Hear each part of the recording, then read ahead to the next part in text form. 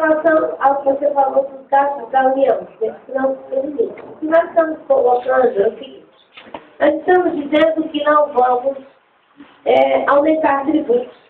E estamos dizendo que vamos trabalhar para, sem prejudicar a agenda que eu referi aqui, até diminuir, se isso for possível. E estamos dizendo que vamos limitar o gasto público à metade do crescimento do PIB. Isso é uma proposta de evitar que a União continue se endividando como ela tem se endividado. Que a gente possa ter transparência, inclusive em relação aos empréstimos que estão sendo feitos do BNDES, em que o governo está fazendo uma capitalização de recursos da sociedade para o BNDES e, de alguma forma, decidindo quem serão os agraciados com esses recursos.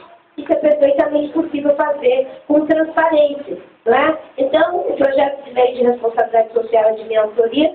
Infelizmente, a gente não conseguiu, até hoje, fazer com que ele pudesse andar, e eu defendo essa proposta. Em relação aos gastos da União, limitar a metade do crescimento do PIB para que a gente possa ter um equilíbrio fiscal também em relação à União, sem o prejuízo dos investimentos nas áreas estratégicas, que a sociedade não pode ser subtraída desses investimentos. Nós temos sim como aumentar a eficiência do Estado, nós temos sim como aumentar a qualidade dos serviços, não é com essa visão que eu já mencionei anteriormente.